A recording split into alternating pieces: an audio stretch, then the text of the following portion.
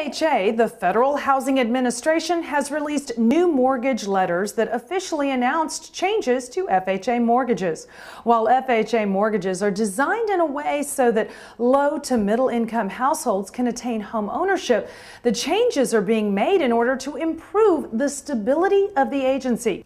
The first change is for annual mortgage insurance premiums. The annual mortgage insurance premium for FHA conforming mortgages will be increased 0.10% to 1.3% for FHA jumbo mortgages that are above $625,500. The annual MIP is increasing from 0.05% to 1.35%. This new rule does not affect the FHA Streamline, with reduced fees for loans that were endorsed prior to June 1st, 2009.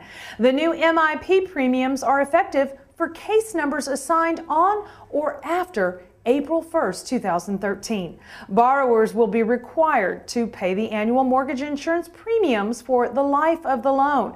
This change affects all borrowers who have a down payment of less than 10% of the purchase price at closing. In the past, when FHA loans dropped to a loan-to-value of 78%, the annual MIP was canceled. The new rule is effective for case numbers assigned on or after June 3rd, 2013. Credit scores, FICO, that are below 620, as well as debt-to-income ratios that are greater than 43%, will require that the loan go through manual underwriting. For loans that fall into these categories, the lender will be required to show compensating factors and the reason why the loan should be approved for closing. This is effective for case numbers assigned on or after April 1st, 2013. The FHA Streamline Refinance is also exempt from these new rules.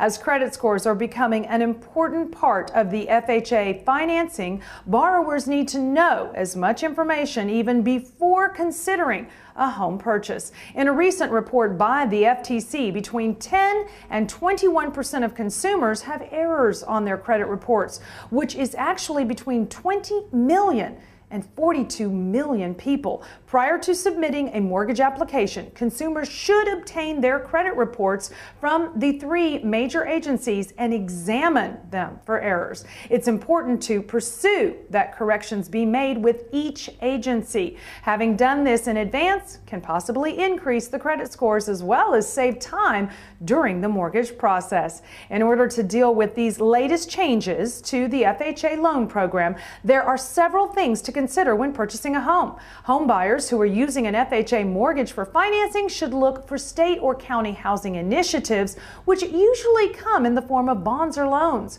These will help reduce the initial cost of the mortgage transaction.